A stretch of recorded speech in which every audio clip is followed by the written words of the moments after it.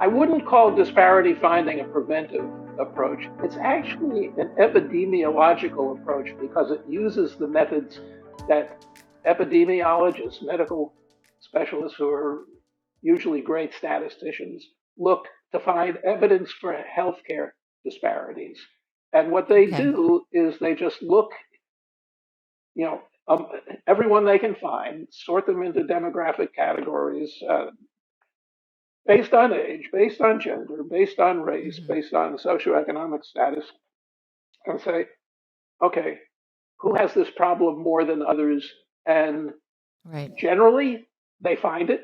It's not equal among all. So when you look for healthcare disparities, you generally find them, although you may not know exactly what ones you're going to find. And then the question is this something that we should be worried about? And if so, what do we do with it?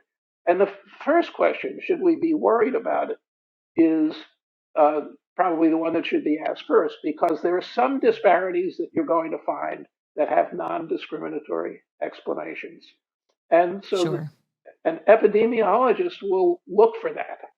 And you can find epidemiological research on healthcare disparities in which they've said, yeah, this is a difference we've observed, but actually there's this explanation that we have over here.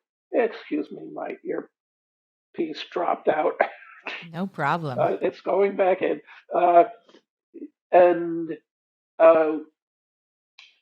We found that, this isn't something that we need to worry about because there's a reasonable explanation that is not discriminatory. So that's part of the epidemiological approach. Now, and I think that's the more powerful approach. I call that method that can be used in workplace and other discrimination as disparity finding. That's what epidemiologists do when they're looking for healthcare disparities. You can similarly look for disparities in outcomes to employees in the workplace or in other settings, because it's not just limited to employment. So and disparity finding is just a straightforward statistical exercise.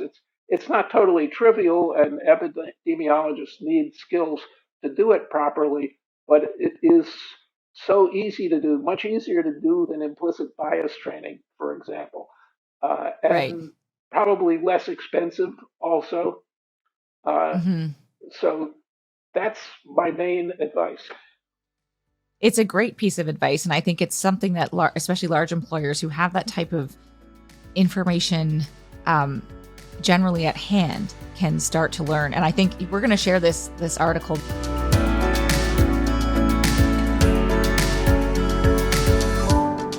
This conversation is part of a series produced by the Pay Equity Commission of Ontario to examine economics, equity, women work, and money.